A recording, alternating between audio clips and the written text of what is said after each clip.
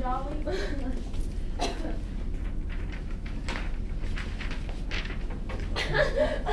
Okay. Back up. All right.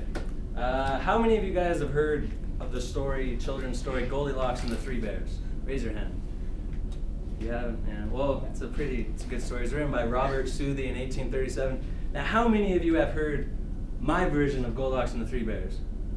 Okay, not too many hands. So, good. We're going to have a good discussion.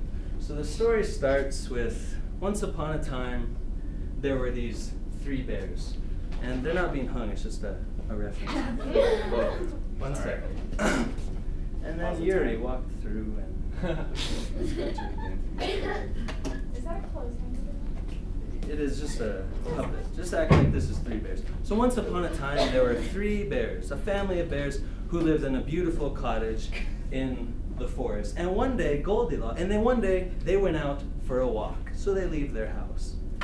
Then Goldilocks happened to be walking through the forest at the same time. As you can see, Goldilocks is an all-American girl. She's in high school. She won Nicest Girl Award. I mean, she was cute. Everyone had great things to say about her. She was genuinely a good person. So one day she's walking through the forest and sees this beautiful cottage. So she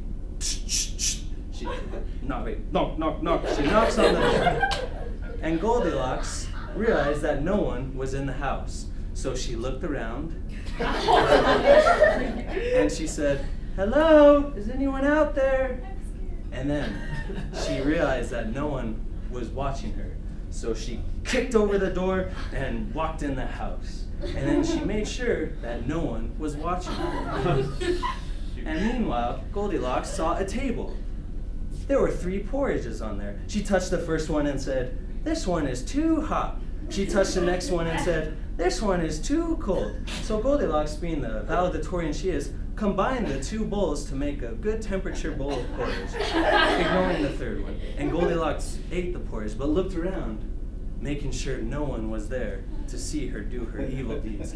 So then she walked in the kitchen because she was thirsty. She went in the refrigerator and grabbed some milk and drank some milk.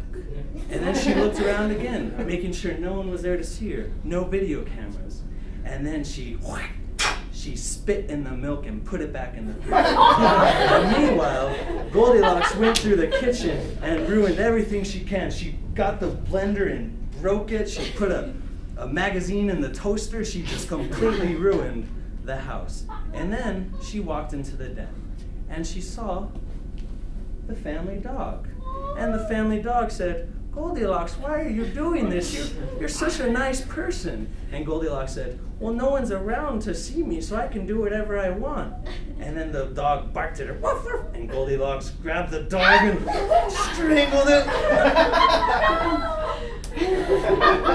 And Goldilocks killed the dog. And then Goldilocks, meanwhile, now that she realized that no one was there to see her, she went through the whole house and absolutely destroyed it. She broke the plasma TV. She lit a fire to all their family photos.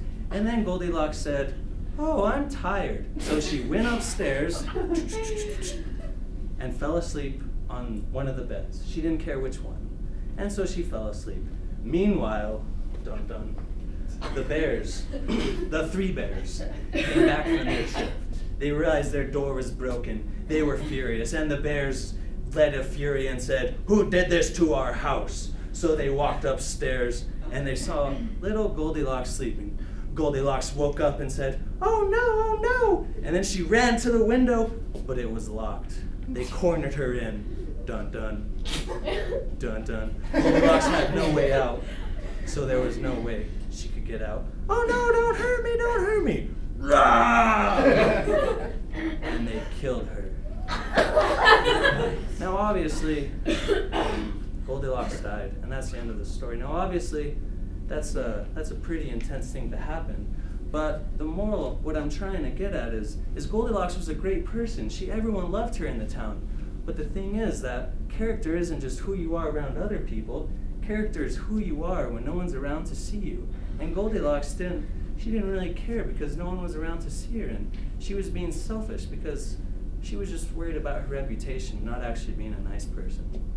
and hopefully you got something out of the children's story I gave you today. Thank you very much for your time. Bears. No, these are not my bears. 442. I'm not allowed. Do you want to see the bears? None of those? No. What?